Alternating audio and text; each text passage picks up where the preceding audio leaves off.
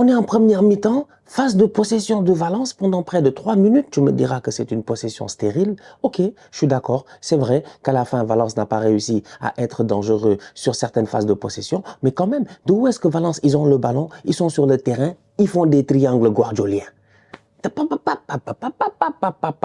Sans aucun problème, tu vois les boys du Real qui, soit ils essaient de presser et ils se font balader, soit ils pressent pas.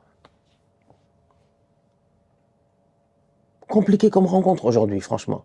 Franchement, collectivement parlant, encore une fois, le Real a été très décevant. Maintenant, tu peux parler du match de Kylian Mbappé, du match de Bellingham, parce que oui, offensivement parlant, il s'est passé des choses intéressantes. On a vu un Kylian Mbappé quand même qui a paru très en jambes, un Kylian Mbappé qui s'est créé beaucoup d'occasions. Le gardien de Valence, Mamardashvili, je pense qu'il est déjà prêt mentalement à aller à Liverpool, parce que c'est un excellent gardien. Et encore une fois, aujourd'hui, il l'a montré. Même si Valence est une équipe qui se bat pour le maintien, c'est ça qui est grave en plus. Ils se battent pour le maintien. Le Real, ils jouent des équipes, ils se battent pour le maintien. Au lieu de taper les gars là, ils doivent les taper. Valence, c'est la première fois qu'il gagne. Valence n'a pas gagné à Bernabeu depuis 1900 combien? Je ne sais même pas. Est-ce que c'est arrivé récemment? Je ne pense pas. Mbappé, il est là devant, il se crée des occasions, il essaie, il combine un peu avec Brahim Diaz et tout cela. Bellingham, il essaie d'utiliser sa puissance, ses courses, ses perforations pour essayer d'amener quelque chose et tout. Vinicius a claqué un but, mais son match, il n'est pas bon. Son match, il n'est pas bon.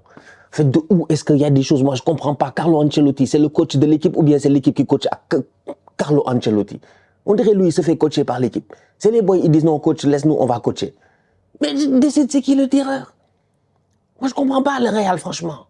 Moi, je suis très content en ce moment. Je suis très, très content au fond de moi. Je dis, c'est bien, la zizanie, le bordel, le tocarisme, tout ça. Ça n'a qu'à continuer au Real Madrid jusqu'à mardi, mercredi en Ligue des Champions. J'espère que ça va continuer. Parce que franchement, je les connais. Aujourd'hui, face à Valence, ils auraient pu gagner le match 2-1. Le discours aurait été le même de ma part. C'est un match de tocard. Ils ne se sont pas gérés parce que je les connais. Ils auraient pu gagner le match 2-1, je te dis.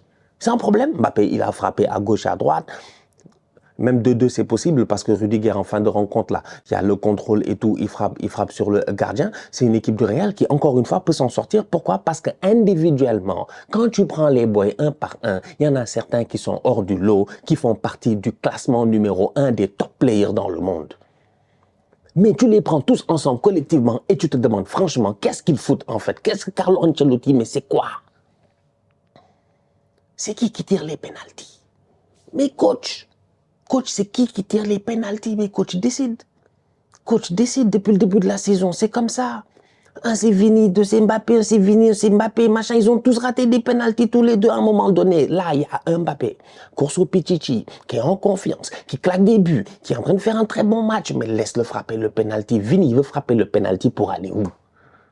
Pour aller où? Pourquoi il veut frapper le pénalty? Qui l'a envoyé?